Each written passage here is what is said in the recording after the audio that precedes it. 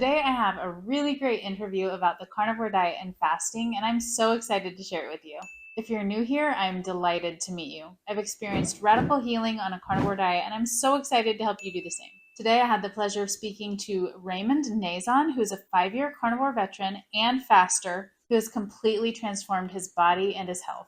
Fair warning, in this interview, we get pretty up close and personal and discuss topics such as sexual health in general and specifically morning wood. Trust me, you're not going to want to miss this one. Raymond Nazon is my guest today. He is a 51-year-old husband, father, and telecom technician. Is that correct, right, Raymond? Yes, that's right. Okay. He's been on a carnivore diet for 5 years and now coaches other people using both the carnivore diet and fasting as tools for health. So, Raymond, thank you so much for joining me. I am so happy to have you. And thank you for having me. I'm very, very happy to be here. Oh, well, I'd love to just dive in with some questions, if that's all right. Starting with just give me a little background on how and why you found yourself on the carnivore path in the first place. Yeah, a quick gist of background, how I even found it and went this route. Well, I had a blood work. Really, that was a catalyst, the blood work. So I had a blood work that was just saying that I was headed towards diabetes. I was pre-diabetic, had low HDL. LDL was that I don't think they even cared about that, but my waist size was like 40 something. It was above 39, let's put it that way. So I would think it was 43, whatever. But either way, everything was leaning towards that diabetes scale. And my nurse actually called me after I had my blood work, and he told me, like, look, you're heading towards diabetes. Well, I think no, this was a nurse before that. She told me that you were heading to diabetes. Actually pulled me aside, talked to me, had a long lecture with me, letting me know that, hey, with diabetes, you're going to get there, And I asked her, what's the worst thing that can happen if, I don't, as she said, manage it. And she's like, well, you can lose your eye, you can, lose your limbs because diabetes is that bad. And of course, that scared the tar out of me, right? So, and I was like, is there anything I can do about it? She's like, well, it is progressive and it will keep getting worse. So you need to expect it. But you can sort of manage it through diet and exercise. And I was like, diet and exercise. Now, beforehand, I was very big with Western A Price. So I was a big follower doing the fermented food, eating a lot of the sourdough bread, whatnot. Very carb heavy still. And so I thought I had diet under control. So I was like, you know what, maybe it's exercise that I'm missing, the exercise component. So about 2 months later, I thought about it. It's like, what would be the best bang for my buck for exercise? So I joined Orange Theory, and I told myself that I'm just going to really, really try to see if I can reverse my situation. So I did that for 7 months. 7 months hard. Initially I started 1 day a week. Then I ended with about 6 to 7 days a week. And mind you, this is for 7 months, right? And I looked at myself in the mirror, didn't look any different, didn't feel any different. Yes, I had a little better endurance, and I was actually much better than when I started. There's no question about that. But I also gained a pound. So I was like, you know what? That doesn't seem to be working. 7 months, So I was like, all right. And then they had a challenge over in Orange Theory, 6-week challenge. And I said, you know what? I probably can change my diet for just 6 weeks just to see what would happen. So I searched online how to cure diabetes. And I found out dietdoctor.com just from the testimonials. And that's what I was like really into, testimonials, people who's done this before. And they were like, hey, I cured my diabetes. I'm like, oh, wow, wait, my nurse told me that I can't cure my diabetes. And I'm like, oh, yeah, there's a possibility that all these guys are full of crap, but I'm like, I'm willing to give it a shot. Okay, so what is it that you need to eat? Well, for them, it was a high fat, low carb diet. And I was reading it, got a little confused about what low carb meant. And so I decided, okay, I'm going to stick in my head, just eat meat and greens. Okay. And don't worry about anything else. So obviously no fruits, just green vegetables and stuff like that. So I did that for 6 weeks. I actually lost 10 pounds within the first 2 weeks. And that part was actually kind of incredible because, I went just 7 months trying to lose weight. treadmill, busting my ass, and I gained a pound. And in 2 weeks, I lost 10 pounds and looked like I lost 30. So I was like, it doesn't really take a, genius to figure out that there's something with the diet. So I did it for 6 weeks, like I told myself I would, and then fell off because we had vacation. But during that 6 weeks, not only I lost the weight, I also felt a lot better. I actually felt the difference, not like in my workout. I didn't feel any difference. So that was the origin story. Maybe I went a little too far. No, that's great. Thank you for sharing that. So I feel your pain with the Orange Theory because that is hard. I mean, lots of sprinting and getting your heart rate way high and all that. So I'm curious, when you changed your diet and you actually started having success, were you still working out during that time? And if so, was there a big transition with your performance during the 2 to 6 weeks that you were not having many carbs? Yeah, so I did have a transitionally period. So that first 2 weeks was kind of like a real drag. But shortly after, it didn't take long after where I started hitting PRs and stuff. So I was kind of amazed by that. And even after I stopped the diet, I was still hitting PRs, even if I guess it has a delay. So I was really impressed at the strength that I was getting and also the speed that I was getting from my endurance. So that part was incredible to notice. And that's how I actually had a gauge to know whether I was doing better, is because I kept my workouts. So I knew that I must be feeling better, getting better, because my workouts were getting better every time. Yeah, that's awesome. So at that point, you were eating lots of meat and lots of greens, and then you kind of quit anyway. When did carnivore enter the picture? So I quit for until January. And January, they also issued another challenge, another 6 week challenge over at Orange Theory. And I was like, you know what? That worked so well that first time around. Maybe I should do that again. And so what I did is like, okay, I was actually thinking, oh man, I hate cooking those greens because it literally took me 2 hours to cook every day. And most of the crap, was the vegetables. I'm like cutting it up, cutting the onions, cutting the garlic, cutting the, celery, and most of those I'm throwing away anyways. And I'm like, do I really have to go back to that? Making these elaborate dishes with special spices, whatever, to make it taste good. So I was like, what if I could? And I just had that thought: what if I could just eat the meat? And I was innocent enough to think, you know, is that even possible, right? I've heard meat cause cancer and stuff, but I never listened to those kind of things, so it didn't affect me. I was like, I wonder. So then I started looking up, can you live on a meat only diet? And I came on the Zero Carb Zen. I came onto the Facebook Zeroing and Life, Kelly Hogan story, Joe and Charlene Anderson story.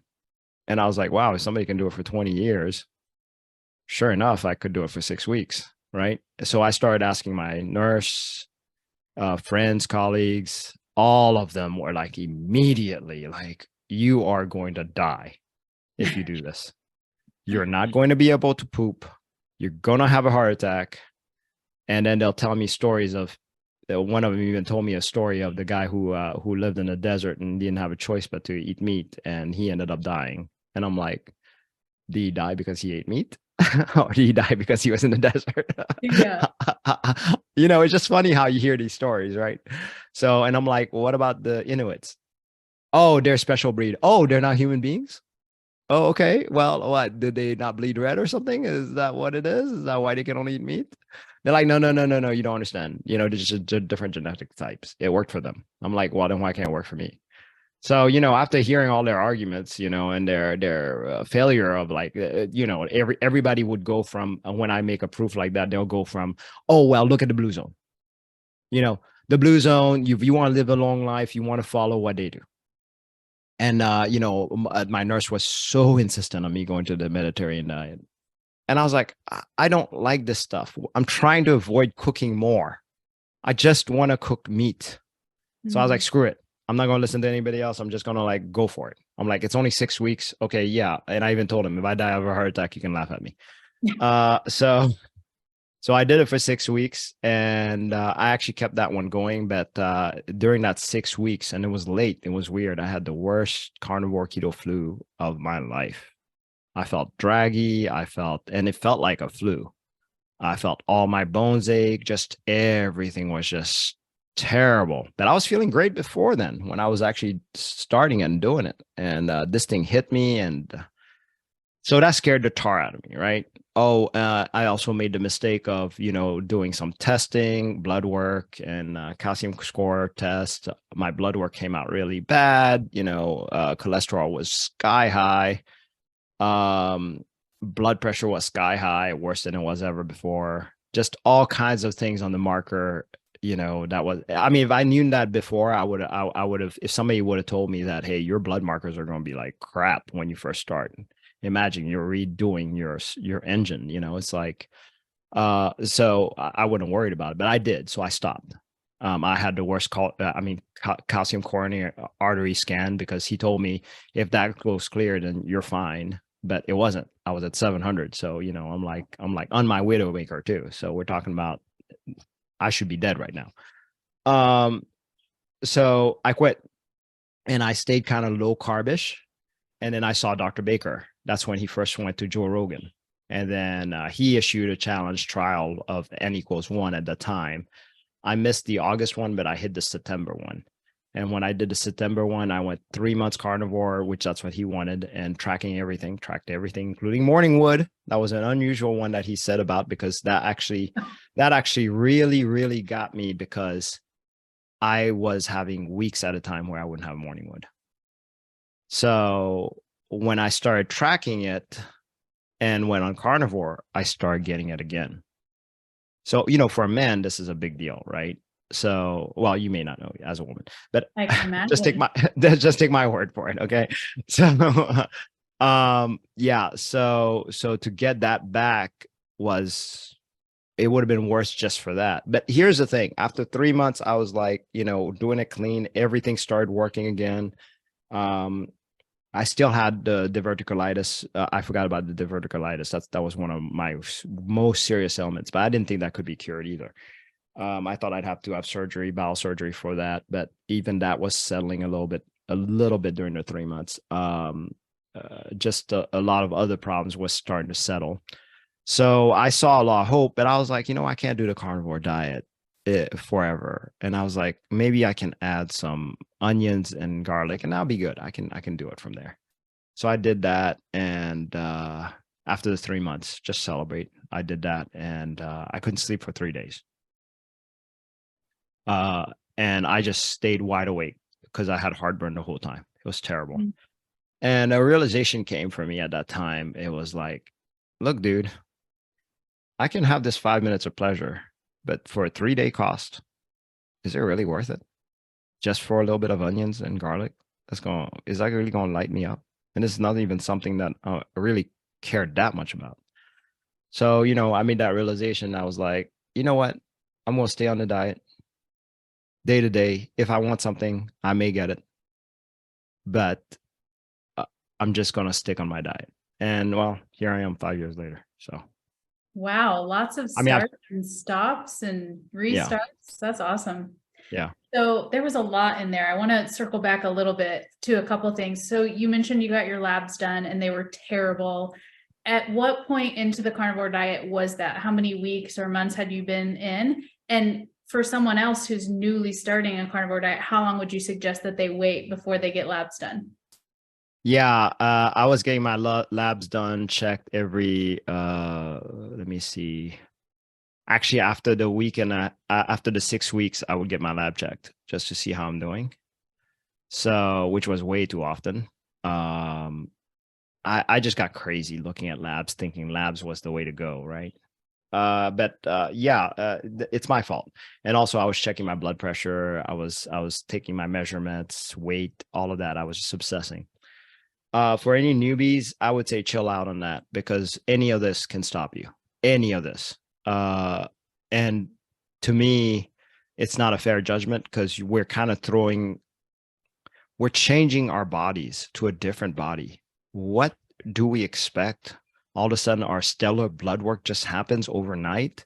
There's going to be a lot of, the torment going on inside. I don't know what they are, but obviously they were so much so that it affect every piece of my blood work, including my blood pressure and everything else.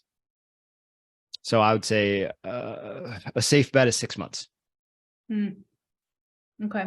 Yeah. I mean, as a healthcare professional, I agree with you on the labs. I mean, things are shifting so much for the first weeks and months. So the numbers you're going to get early on are not going to be very reliable anyway. The blood pressure is a bit concerning to me though. And when I coach people, I say, if you're on blood pressure medications and you're going carnivore, you do need to be tracking your blood pressure, because you need to be in near constant communication with your doctor in case your blood pressure is coming down so much and you need to come off meds. So that's one I do think you should pay attention to. Now, for the objective data of it though, not necessarily for day-to-day decision making. Like you were like, oh, gotta stop. Quit. Yeah. Otherwise you'll be like Raymond and started stop a million times. Exactly. So I wanted to say about the blood pressure. I've always been hypertension beforehand. So just constant. And when I went on the diet, it shot through the roof. And I'm not the first person. I've had clients that actually has had the same experience. So it's not, I don't know what's going on. I don't know if it's a shock to the body or what's going on. But that's what I'm saying. It does go back down. And I've had plenty of people, as you probably know, Jennifer, that actually got off blood pressure medicine. Mm-hmm. So, for me, now I just got a blood pressure test, I think a month ago, and I was like 112 over 75. And that's how it runs all the time, no matter what I do. Yeah. So, yeah, I'm good. And normally I have a white coat syndrome. So if I sit down next to, my blood pressure goes up automatically. So this is actually with the white coat syndrome. And this is a guy with a heart problem. I have a heart problem. So to me, to have this kind of blood pressure is incredible. Yeah, that's great. Now, I feel like it would be a disservice to the men to not at least touch a little bit on the morning wood thing, because this is nothing I have ever discussed. I don't know a ton about it, to your point, because it doesn't affect me really, but I'm assuming that is related to some erectile dysfunction. Absolutely. So, okay. So if you could just explain a little bit of why that might be happening if you're on not an optimal diet, and why the carnivore diet or a low carb diet helps. I'm not going to go into science of it because I don't know it, but I can go on a personal experience route. So my erectile dysfunction was being hit probably since actually early on, late 20s or so. I just, and the problem with erectile dysfunction for some men would understand this, is you tend to lean towards porn because you still want to get off. Sorry, I hope you're okay with me saying these kind of things. Hey, we got to be real around here. Okay, right. So, sex with a partner is actually not as pleasurable because, I can't function enough to finish. So I became pretty much, I guess you want to call, a porn addict during that time. Yes, I was able to have sex, and yes, there were some good times, but they were rare. And usually there were mornings that I would function very well. That was back in my 20s to 30s. By the time I was in my 40s, I started losing my morning wood altogether. And of course, performance was just, I've had a point where we didn't have sex. Me and my wife didn't have sex for a year and a half, because there's a lot of disappointments, whatever. So it's almost at the point where it's too much trouble. I know most men don't talk about it because, and this is a real deep, heavy thing, but I'm on the other side, so I can talk about it. It's like a conquest, right? It's like, sure. Now I don't have that problem. Okay. So now I don't mind talking about it. Right. But before, it was so much shame, I would never talk about it. Anyways, so what happened is that after I started getting into the carnivore diet, I started having these woods like I've never had before. I swear, I was like did I grow an inch? That kind of feeling, it's like, oh my God, is it that much more girthy? So you asked for a little bit of the science on it. It's just, it's all about blood flow, I think. Mhm. It's all about, look, you're eating red meat that is needed. It's almost like I was in a malnourished state this whole time. I didn't have enough to get my blood flow going properly. I mean, hence probably my calcium heart right now.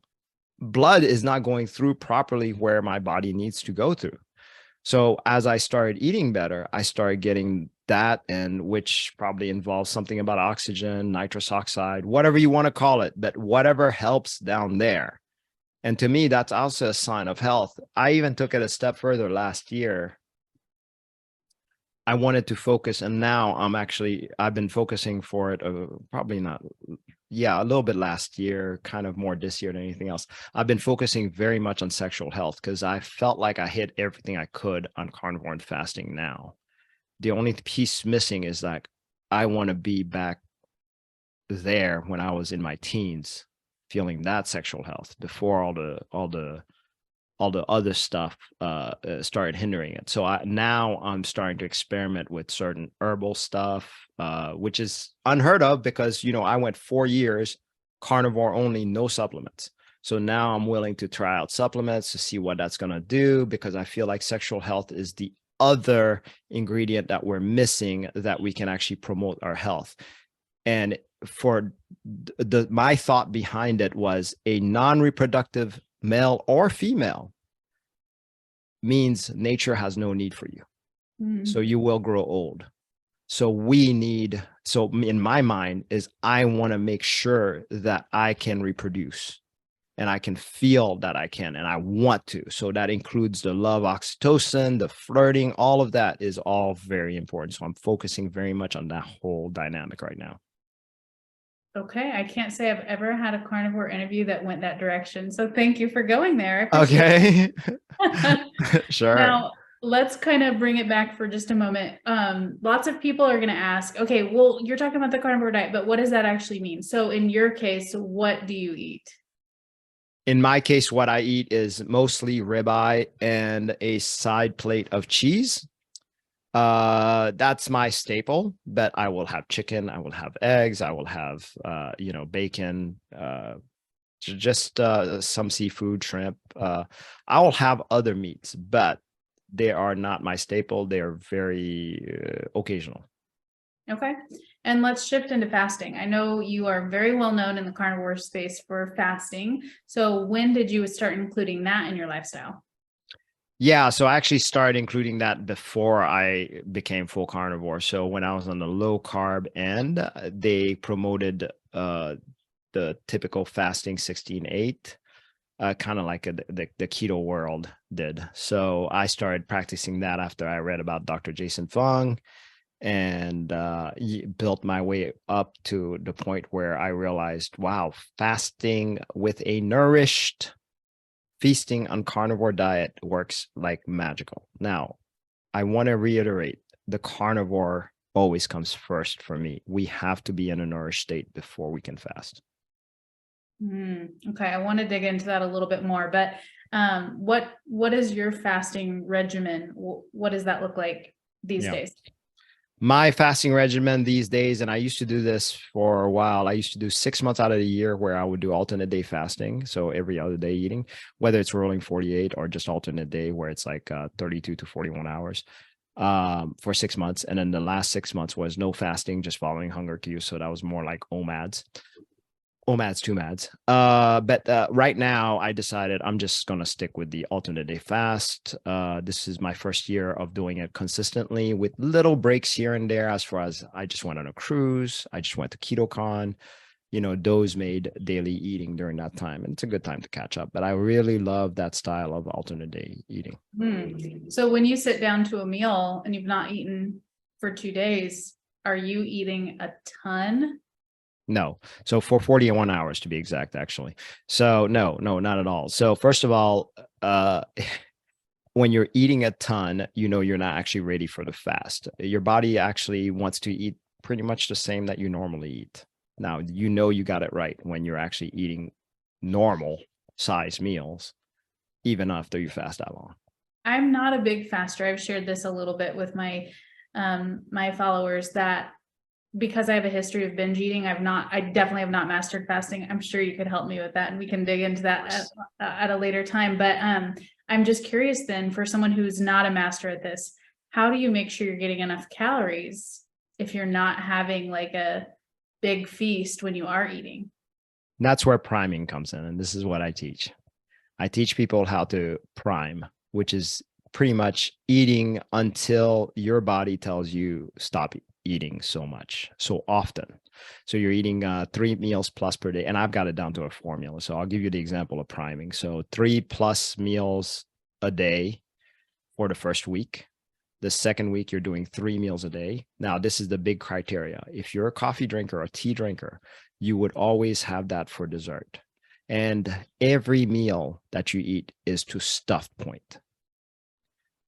Eventually, your body's like, okay, stop. I'm fully nourished. It's kind of like topping off your gas tank. Every time we're so scared when we're eating, even on a carnivore diet, that we undereat. We're like, oh, I need to eat to satiation. All you're doing is putting your gas tank to half full. That's silly.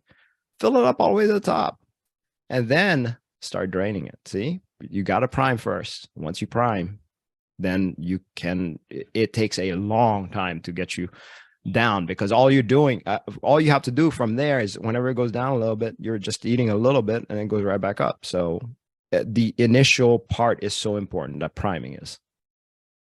So is priming something that you have to repeat every season or every year or something like that?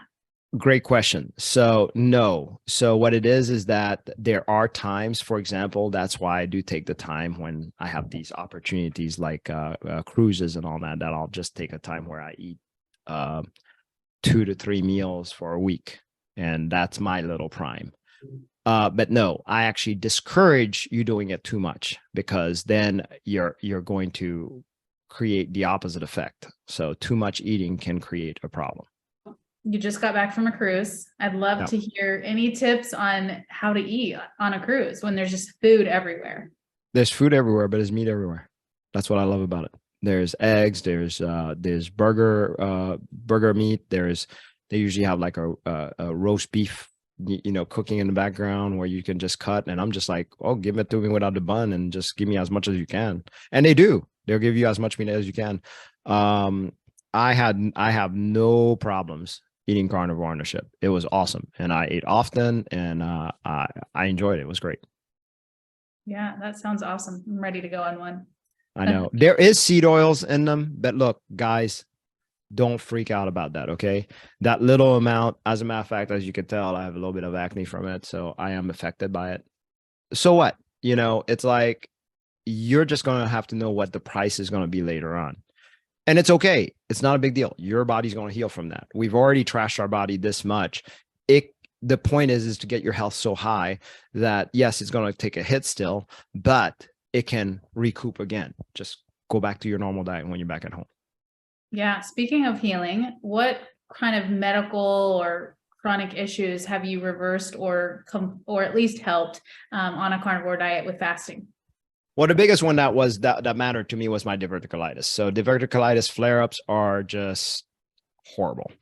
It's one of those feelings that for me, I rather have, like, if I didn't pass out, I wish I was dead, because it hurt that much. And I've passed out several times from the pain. So when you pass out from the pain, it's pretty bad pain, right?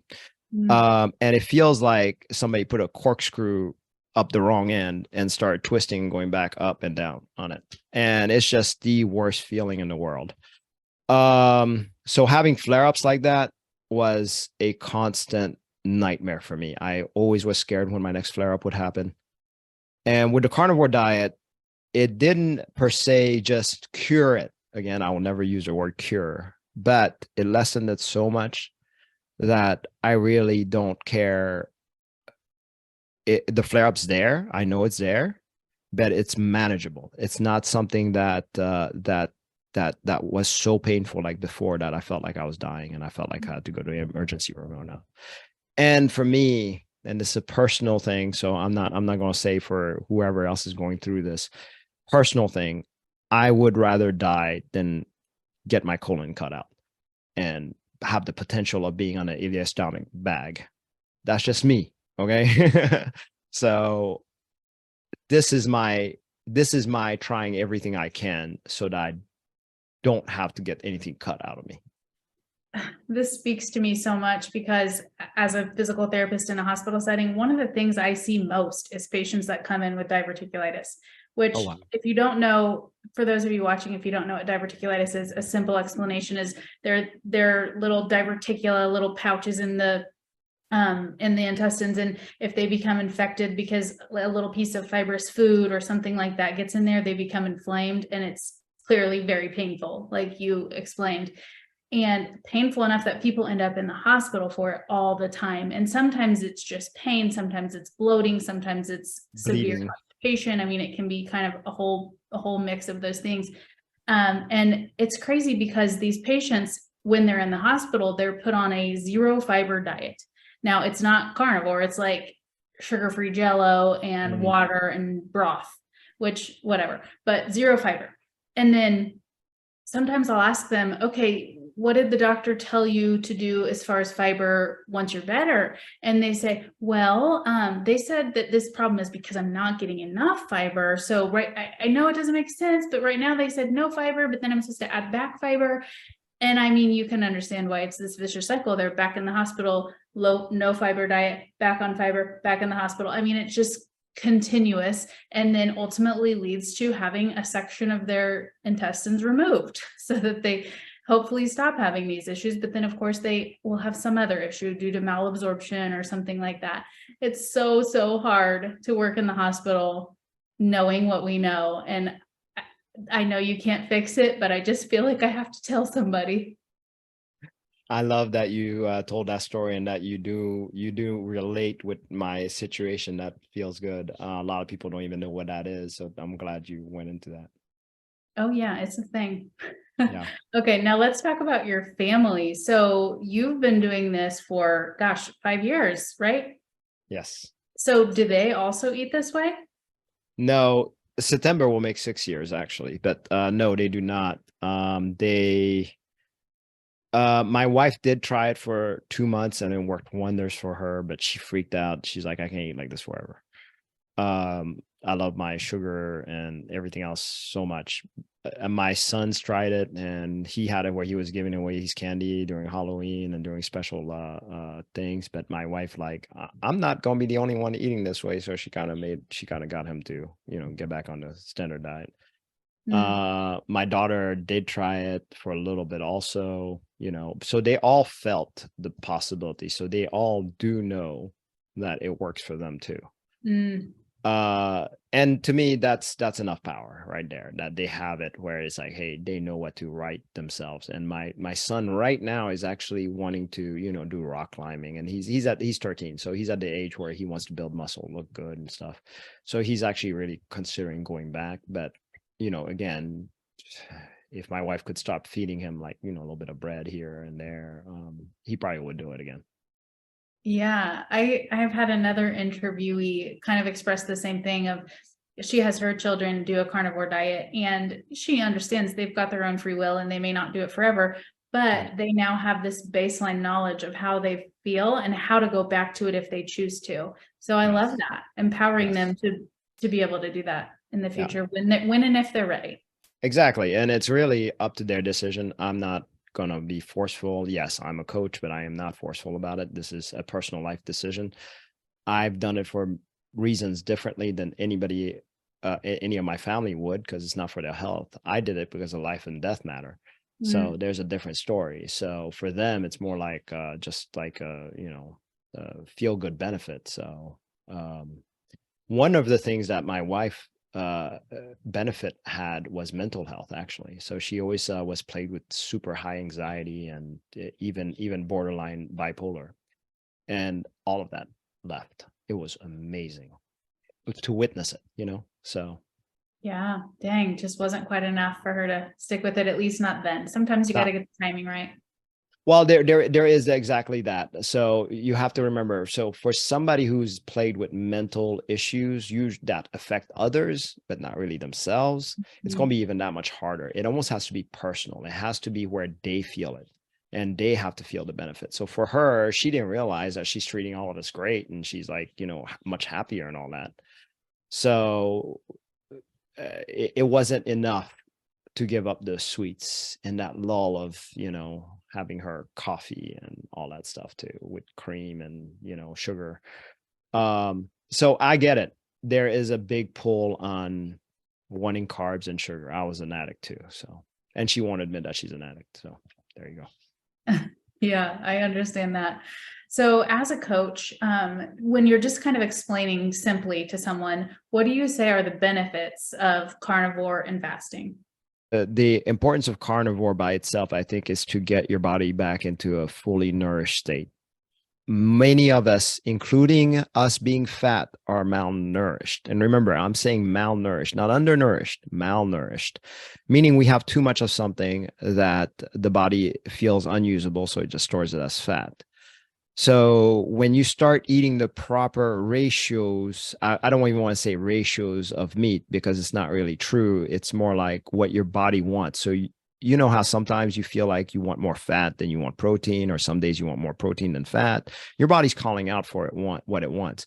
As long as you understand that it's not through addiction, it's actually a want and need to actually eat the proper food.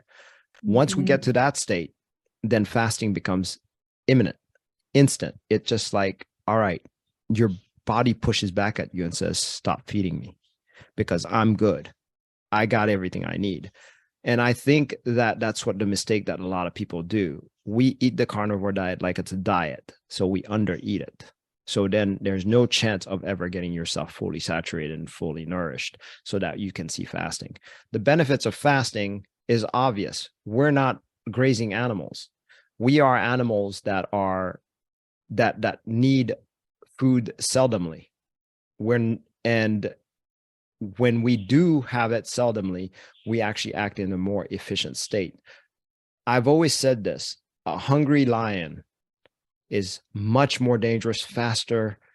You would not stand a chance against one, but a full lion, you probably could pet it on the head. There's a big difference.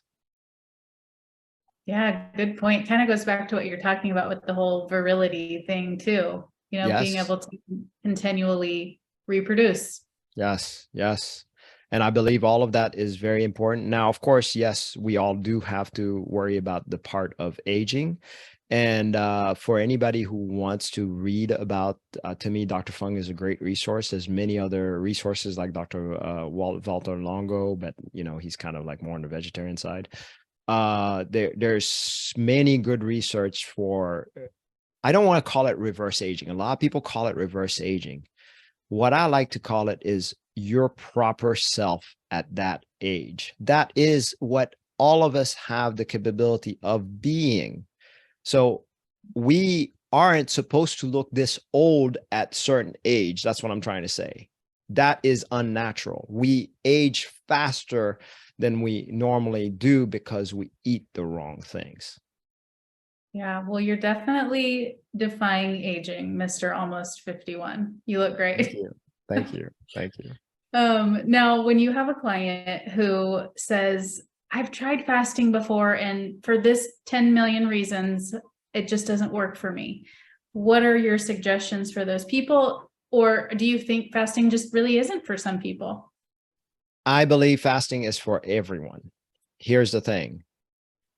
With proper nourishment, you will fast. Most people are fasting because of willpower. In other words, I'm going to fast tomorrow. I'm going to do a 24-hour fast. I'm going to force myself to do it. What are you doing? Why are you forcing yourself?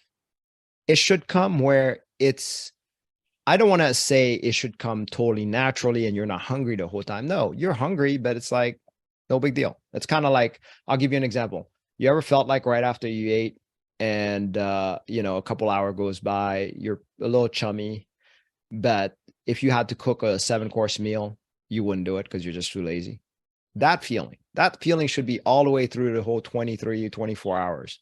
That's how you should feel. Whether it's the next day, whether it's the day after that, that's how you should feel that whole time. Yes, you're hungry, but you're too lazy to actually cook yourself a 7-course meal. Then you know you're ready. So now, a lot of people like to jump also, and this is the issue. They're like, oh, I'm going to fast. Well, what does a fast mean? You're going to do a 16-hour fast, 24-hour fast, 48 hours.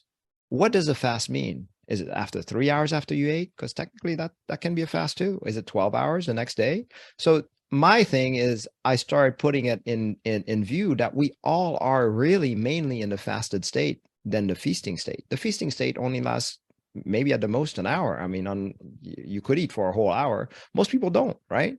So the feasting state is a very, very short time. We are more fasted animals than we are in feasting animals. And I think our objective should get in the fast even longer at that time and feast shorter, not shorter windows, but in small windows. So you're talking about the definition of fasting got me to thinking, what is your opinion on all these sort of misnomered fasts of the sardine fast, the fat fast, the protein sparing fast? Do you have any thoughts about that? Yeah, to me, those are more like elimination diet than fast. So, even bone broth fast, if you want to call it that, all of those are not fast. I love the Russians, the way they describe fast. They're true fasters. They believe that even a water fast is not true fasting. Dry fasting is fasting. No water, no food. That is true fasting. But I will say water only fast is a fast because it has the least amount of so pretty much the idea is to not have any input in your body. That's a true fast, right? But if you're going to have an input, water is probably the least and most beneficial input that you can have through a fast. Okay. And with your clients, what do you find are the biggest hurdles that they come across when it comes to carnivore or fasting that they keep coming to you with? Like, this is the problem I'm having. Yeah, so most of them are coming with carb addiction. They can't hold it because of carb addiction or sugar addiction, or not giving up that diet Pepsi or gum or whatever. So and once they get into my program, which I teach them how to prime, they get this kind of food freedom, and they're like, I can't believe it. I don't crave it. I don't really want it. Yes, there's the emotional mental cravings still happening. It's like, wow, that looks good. I could have that. But otherwise than that, they have none of those cravings, real cravings. And it's very manageable. So they're always surprised that their body, once it's fully nourished, that it just doesn't crave. And I've always said this: craving equals hunger. You're hungry. That's the problem. You're just hungry. You've not fed yourself properly the whole time. And once I do that, it all takes care of themselves. When I coach, I literally have 30 minutes blocks for checking in, and I have a hard time using it all up because it's so effective what I do, because the body just takes care of it. I just give them a little bit of guidance, like what to expect for their next fast and challenge, and they automatically do it. It's just so natural. And remember, I'm getting people to do alternate day fast for up to 2 weeks at a time, and getting them to do rolling 48. And we're talking about constant buildup for that 3 months. So we're going through a fasting cycle that people will be like, there's no way that I can do this. And I'm getting them to do that. Now, different people, different things, depending on their needs, of course. So there are some weak people that just need to take, like I have a client right now, he's been trying to get his 5 OMADs in over and over again. And he's not able to do it because he's primed, but his body just won't get there yet. And I told him it will. It's just going to take a little bit more time. Just be patient. Just keep trying that. Do not go forward to the next level until you finish that. So every point of my calendar is very important before you go to the next level.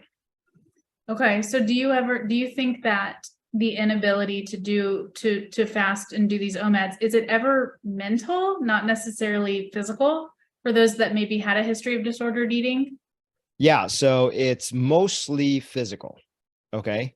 Now there is a mental component that needs to come in, but the body needs to feel safe first.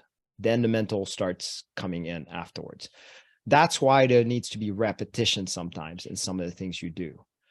Once the body feels safe, the mental still doesn't catch up. So you do it over and over again. And eventually it's like, hey, wait a minute. Body's going to tell the mind, this is no big deal. Hmm. And then it's going to find where it just does it. Okay, so people ask me all the time, how do you get over carb and sugar cravings? And what I usually tell them is you've got to just like white knuckle it for a month or so, avoid every sweet taste, no artificial sweeteners, no gum, nothing like that. But it sounds like your perspective is maybe that a little bit, but even more making sure you're nourished. So if they're craving something like sweet, would you suggest, okay, go have a ribeye, you're hungry? Yeah, what I would suggest first, whenever you're craving sweets or anything like that, have about a teaspoon of butter. Mm, Here's the reason: you're not going to want that ribeye. You're just not. You're going to be craving that sugar, and that's all you're going to have. And even if you're going to try to make yourself eat that ribeye, you're actually not able to actually make yourself that ribeye to actually, you're going to go into the sweets. And even after that ribeye, you're still going to go into sweets. Now, a teaspoon of that butter, what it does is it takes away the sharpness of that want, of that craving. Teaspoon of butter will just kind of flatline it a little bit where it's manageable. So yes, that's where the mental piece comes in, where you're like, don't give in, but you're able to not give in. And then if you can actually eat a ribeye from there, do that. I wouldn't suggest a ribeye, especially when you're new. What I would suggest is bacon or eggs, something that's really easy for you. Later on, of course, ribeye is king for everything, but early on, you're just like, oh, I can't look at meat any other way. But most people can actually look at the leaner type of meats, or like I said, bacon and eggs is always a big win. yeah, that's a good tip. Now, I know you've worked with a lot of clients, so do you have one or two stories that you'd like to share that are just really moving or impressive, or just they overcame a lot of obstacles, anything like that? I mean, I've had a lot of incredible stories, incredible clients that I just couldn't believe that they've gone through, the program all the way through. But one of mine, most incredible one is we had a lady that had an industrial scale to weigh herself, and it would error out. And I think the max weight on there was 300 kilograms. So Hmm. we're talking about 800 pounds or something like that, and she maxed it out. That's a lot. I've never had a client like that. That was so cool that she reached out to Emily actually. And then, but she did my program at first. And then Emily was like, I need you to help me with this because I've never witnessed this before. So she's the most incredible story because when she got on my program, uh, she was able to, she was able to do just a carnivore diet with no problems. She even tried the fasting, the skipping food, and didn't really have a problem doing that. Now, here's a weird thing about her. Within like the first month, she started registering on the Hmm. scale. And there was 1 month that she lost 100 pounds. Oh A my. 100 pounds in 1 month. You know, there are people that are bragging that I lost 100 pounds through the whole journey. It's like she lost it in 1 month. And I'm like, I couldn't believe it when she said that. I thought that was incredible. Hopefully one day she wouldn't mind being interviewed, but what a freaking story. To this day, this is about a year in. She's still on the carnivore diet, doing really well. She could not put the seatbelt on to drive, so she could not drive. Hmm. Um, Now she can and buckles up. She actually bought herself a car because now she can drive. You Oh my know, gosh. Right. Can you imagine? Can you imagine not being able to drive and now you can? And there's so many other things, like getting up off a chair, instead of rolling around. I mean, there's a slew of things that we don't see that changed her life miraculously. So we're not even talking about, and I don't really care about extending life and all that as people talk about. I want to know your quality of life right now, how that Mhm. changed. And with her, we saw so many changes. She had hypothyroid that went away. Just so many changes. It was incredible, incredible. That is incredible. I agree with you. I hope she'll be willing to do an interview at some point to Yeah, just kind of talk about some of these experiences that most of us take for granted. yeah. But there's a lot of shame, of course. having a body weight that high. So I understand her case why she would not want to talk about it. So I do understand that, but it helps out so many people. So, we've been trying to get her to, talk, but she's not yet ready there. We'll see. We'll So see. you've mentioned your program a couple of times. I'd love to hear just some details, like how long is it? What should people be prepared for if they're involved? And how can people work with you if they're interested? Well, it's a 3 months program. And if you wanted like a preview, I don't know if Bart still has his up. So I've done several YouTube with doing it live. And you can actually join the Steak and Butter Gang. Not right now. We're taking a break until Bella gets back. But, I teach it there for free. And, with the price of the challenge. And pretty much it's a 3 month challenge. If you can commit 3 months to this, by the way, this is actually the beginning of the journey. I'm teaching people how to fast and actually stay carnivore while you're fasting incredible amounts that nobody would believe that you could ever do. And then from there, I like to teach people the advanced form of fasting, which is getting down to my point where you're alternate day fasting and actually getting all of the benefits, feeling the best you've ever felt in your life, at least me feeling the best in my life for sure. And I've witnessed that with other clients, and being able to take this way of life on easy mode. Awesome. I mean, I'm nervous because like I said, I have never been good at fasting, but I feel like if anyone's going to help me, it's you. So thanks for sharing all that. If you want to try it, I'd love to. I mean, we could figure out a way where you can even do it live and have your comments or whatever. I've literally had a girl that tried to do it without my guidance. She just knew the whole plan, and she did a little YouTube channel on it. So it's easily done once you understand it. So yeah, I'd welcome that if you're really interested in that side of it. Let me think about it and decide just how interested I am. I mean, I am interested, but there's always a few things I want to do and you can only do so many. Exactly. So at some point, definitely we'll have to Yeah. talk more about it. Well, Raymond, you were a delight and really full of so much information. So thank you so much for being here. And if you guys enjoyed that, please let me know in the comments. If you have any questions for Raymond, let me know those in the comments as well. And if he's not there answering them, I will make sure to get the questions to him and get back to you. And if there's anyone else that you'd like me to interview, just let me know and I'd be happy to do that. Perfect, Jennifer. I'm very happy that you're doing this for the community, and thank you for spreading the word. Really appreciate you. My pleasure. If you'd be so obliged, please like and subscribe and catch me on Instagram where we can chat every single day. I think we covered quite a bit actually, and I really enjoyed that.